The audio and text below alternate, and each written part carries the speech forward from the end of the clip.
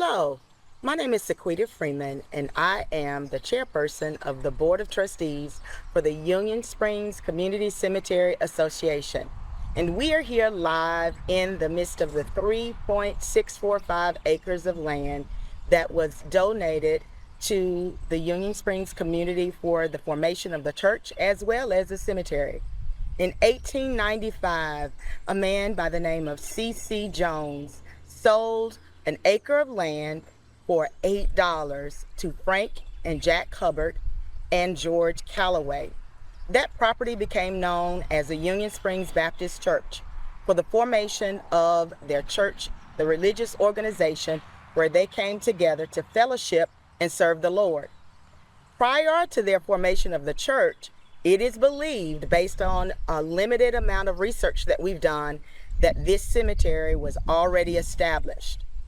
From their union, they grew and grew, but with the gathering of people, there were some disagreements. And as a result, another church was formed, and it became known as the Union Springs United Methodist Church. And the two churches agreed that the Baptist church would serve and worship on second Sunday, and the Methodist church would worship on fourth Sunday. But they continued to bury their loved ones on these hallowed grounds in this cemetery. And in 2019, the United Methodist Church decided that the Union Springs United Methodist Church would close its doors.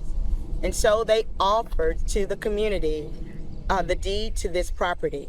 We met the last Sunday in December 2019 and formed what we now call the Union Springs Community Cemetery Association.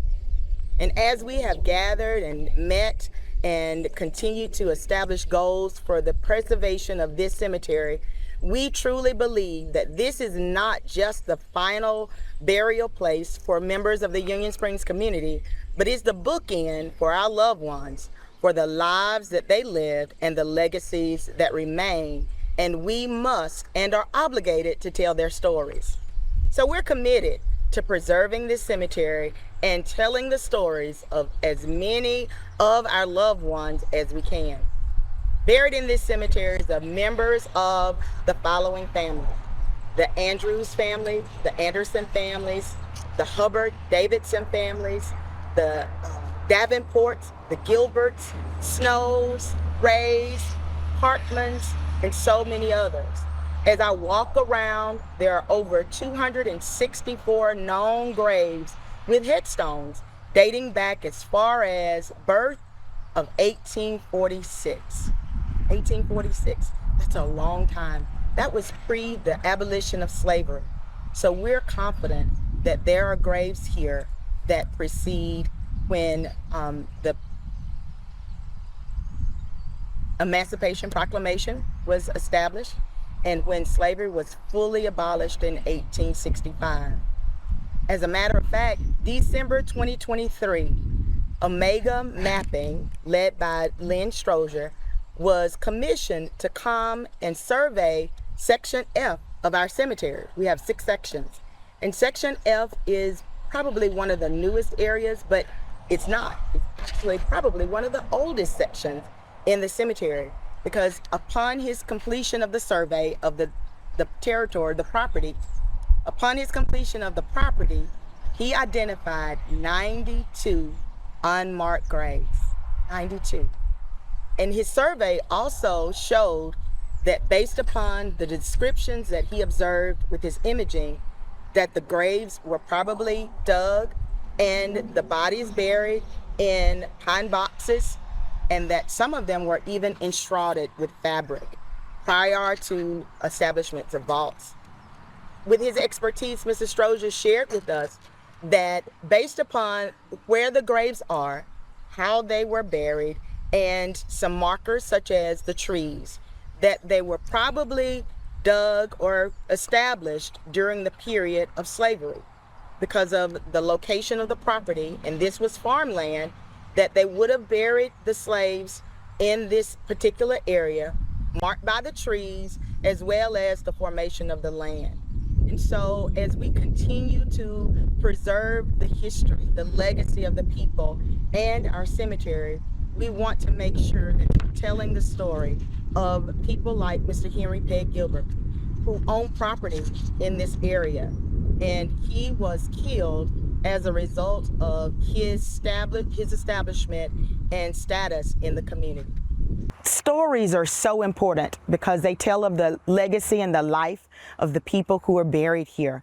I recall as a little girl, my mom telling me about the day when the Klan came to her house, and she was only 7 years old in 1947, and her dad ushered her mother and the rest of the family out back to make sure that they were safe.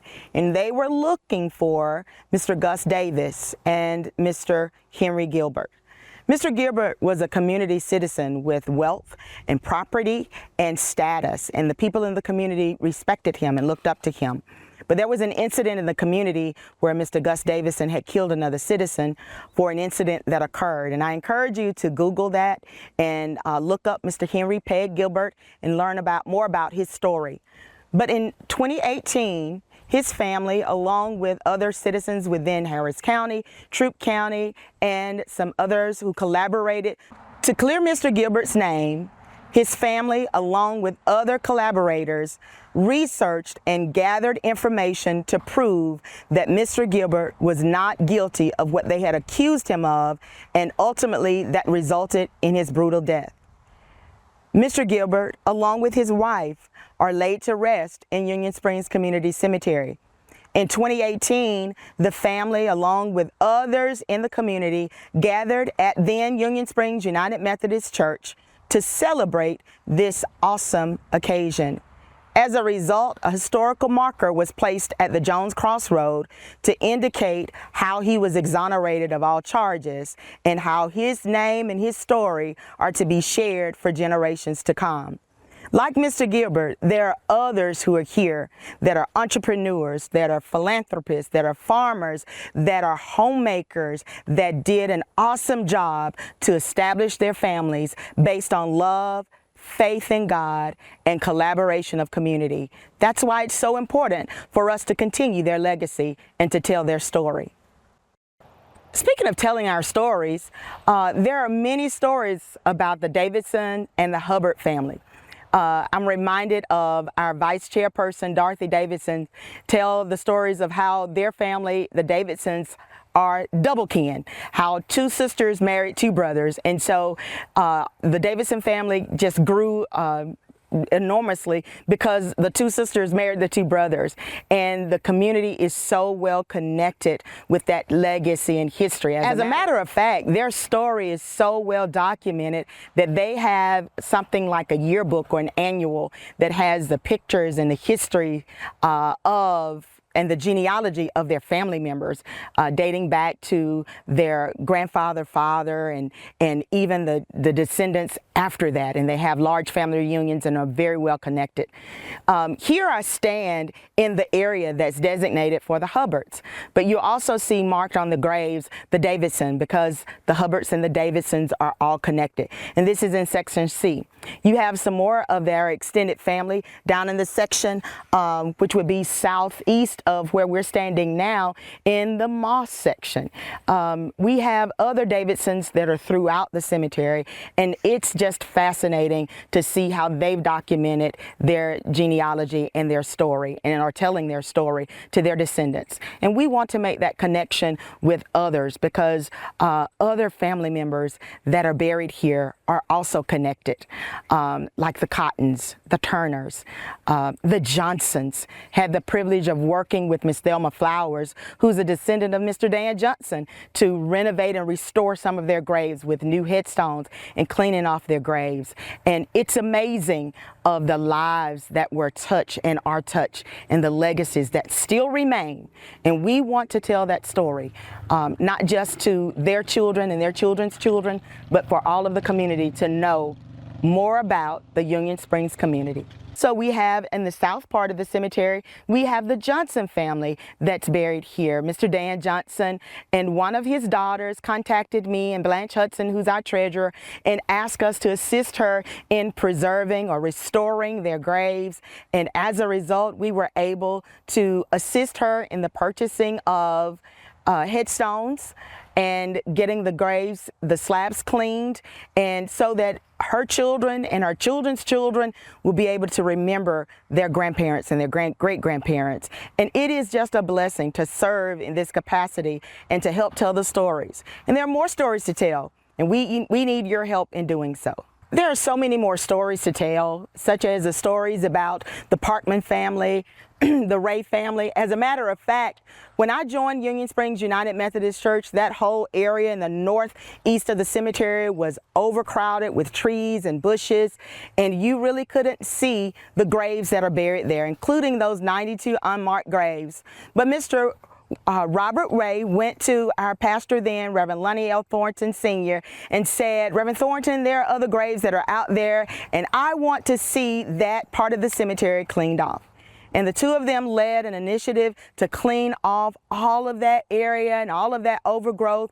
And the Parkmans were instrumental in that because they had some hard equipment, heavy equipment that they came in and were able to bulldoze some things back and still not destroy the history and the legacy of the people and their remains that are buried there. And we want to continue that, and we have worked to continue that, and it looks absolutely wonderful. Recently, we had an opportunity to make a new entrance in the cemetery, and as a result, we've been raising funds. We've been raising funds to make sure that we can keep the cemetery well cut, and it is well maintained and well cut on a regular basis. We have new trash receptacles, so when family members come and they exchange their flowers throughout the seasons, they don't have to worry about hauling off the debris. They can just put it in those trash receptacles. And all of this was made possible by the donations of the people within our association. In 2019, when our association formed, we established a board of trustees, and there have been many people who served on that board. As I stated earlier, I'm the chairperson. Dorothy Davidson Owens is the vice chair. Summer Moss Lewis is our secretary. Blanche Hudson is our treasurer. And we have other people that are part of our board, Reverend Linton Snow, Shirley Gilliam, Alfred Moss, Desmond Moss, and Jacole Todd. And if I left anybody off, charge it to my head and not my heart. Past members have been Paulette Gaither, Henderson Anderson, and the late Lawrence Johnson. And we have been good stewards of what the association has allowed us to use for the upkeep and maintenance of the cemetery. We decided then that we would meet twice a year. We meet in March. Due to the pandemic, all of those meetings have been virtually on Zoom and or Facebook, because we do have a Facebook page. Check us out, Union Springs Community Cemetery Association.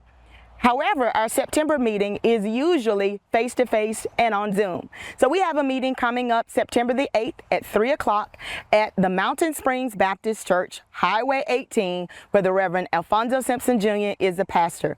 We will also have a community reunion choir singing, led by Carol Johnson and Richard Johnson. And we're looking forward to a great time in the Lord. And Reverend John Parkman of Sunshine and Bright Star Baptist Church has agreed to bring a message.